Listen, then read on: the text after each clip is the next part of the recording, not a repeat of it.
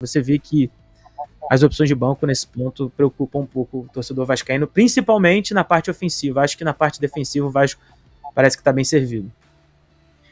Eu ia chamar atenção exatamente para isso, até deixar um pouquinho aí na tela para a gente falar sobre, mas essa imagem ilustra exatamente aquilo que você já estava falando antes da gente colocar aí no ar. Se a gente olhar o titular já não é aquilo que a gente sonha para o ataque, mas se a gente desce e olha para o banco, para as opções que o Vasco tem ofensivamente, não é condizente com aquilo que a gente acompanhou no início do ano, não é nem início do ano, né? Assim que o Vasco conseguiu se salvar no final do ano passado, quando o Lúcio Barbosa, que é CEO, e que eu tenho grande admiração assim pelo que ele vem fazendo, você vê claramente que, diferente do antigo CEO, ele é um cara que se preocupa com o Vasco e com o vascaíno.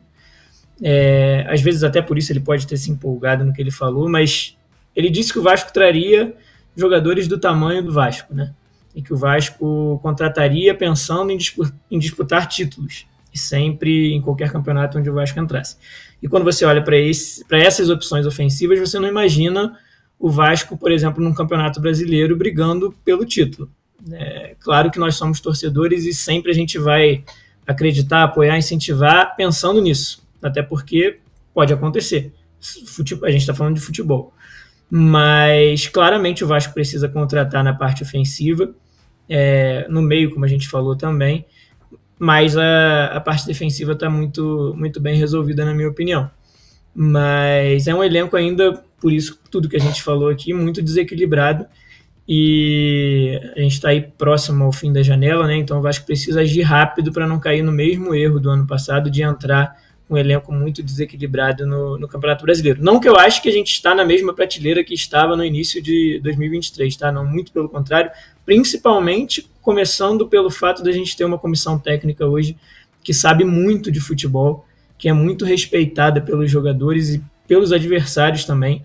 Claramente o Ramon Dias e o Emiliano têm o controle do elenco na mão, eles sabem de futebol, eles têm gana em vencer, né? Eles são motivados por desafio, eles pensam grande.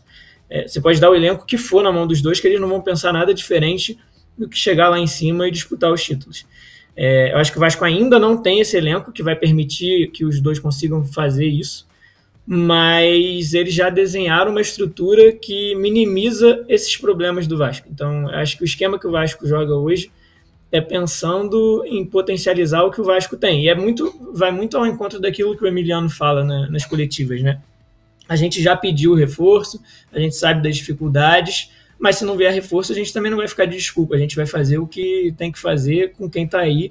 E, para mim, o que mais me admira nessa comissão, e eu acho que eles passam isso muito bem para os jogadores, é o tamanho do Vasco, o que o Vasco representa, o que eles precisam se dedicar dentro de campo para fazer com que o Vasco chegue onde precisa chegar, independente das circunstâncias.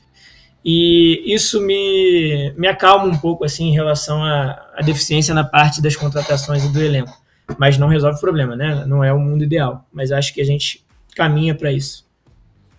Cara, se tinha alguma coisa que me incomodava muito nesses últimos anos, e não era só a falta de jogador, era em relação aos comandantes, né? Como os técnicos que passaram pelo Vasco não entendiam isso que você falou muito bem, a grandeza do clube e a importância de ser protagonista, ainda que não jogue da maneira como eu não gosto, como o Vasco joga, tá?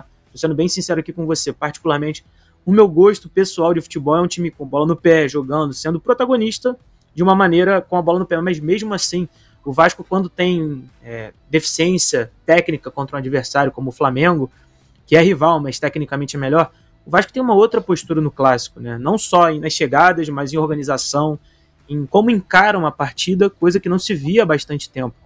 E por outro lado, me dá um pouco de um certo pesar de um técnico tão inteligente, uma comissão tão boa assim, não ter tanto material humano para fazer um Vasco jogar da maneira como o torcedor quer, né? Isso é um ponto que me incomoda bastante. O time do Al Hilal, não só na semifinal do Mundial de Clubes, quando eliminou o Flamengo, e como fez 3 gols no Real Madrid na final do Mundial, perdeu, é claro, mas sempre foi muito competitivo, era um time vistoso, um time que jogava com a bola no pé, um time que tinha material humano, tinha Vieto, tinha Marega, tinha Cueja, tinha outros jogadores que faziam a bola correr com mais facilidade. Mas dentro do que o Vasco tem, é a formação tática possível, né? A formação segura como você falou.